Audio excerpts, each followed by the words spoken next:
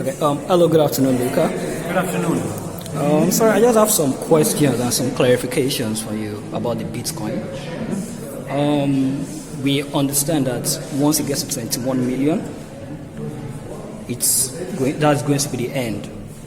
However, the miners, which play an integral role in this, also get Bitcoin. So once it stops, and the miners are not going to be able to get that profit again, will they still be motivated to?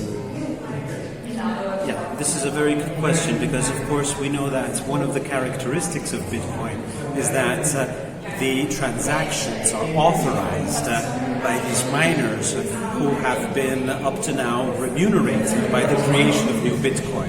But we also know that the creation of new Bitcoin is bound to be reduced asymptotically to zero. So it's a very pertinent question. What will happen is that increasingly the activity of the miners, which is of course in terms of calculating power of the computers that they put into the network, will be remunerated no longer by money creation, but by the fees paid by the users of the network. So already in the past, we have seen that miners have earned fees whenever there was a high volume of transactions on the net. If you wanted your transaction to go through, you had to pay a fee in order to accelerate the transaction. They have gone up at the times when the value of Bitcoin was very high. The fees have already gone up to $35 per transaction. They have declined again, but it's quite likely that once the creation of new Bitcoin is finished, there will be higher fees in the system. Okay, and one of the strengths of Bitcoin right now is that the fees are low. So when the fees increase, will the appetite still be there for the end user? It's a good question. It really depends on the value of Bitcoin at that point, what Bitcoin will be used for, whether for small transactions or large transactions. But it's quite likely that given the availability of alternatives and given the high level of the fees compared to regular banking systems and other payment systems, there will be a restriction of Bitcoin to large-scale transactions. Thank you very much. Sorry, another question, please. Sorry for taking your time. Okay, so when Bitcoin came into it was meant to be an alternative for fiat currency. However, we know that majority of the people in Bitcoin are therefore speculative to expect the price to increase and for them to make profit. How do you see this mind shift for it to go back to it being a means of exchange rather than it being just a source of an asset or something to be traded to make profits? Do you see that mind shift happening anytime soon in Bitcoin?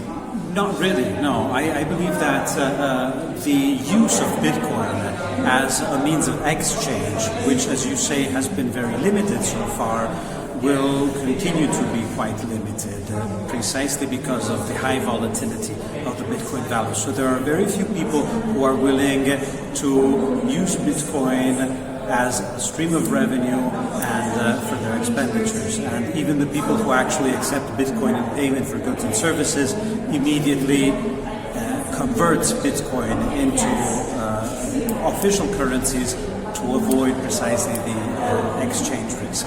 Okay, sorry, just two more questions. Sorry for taking your time.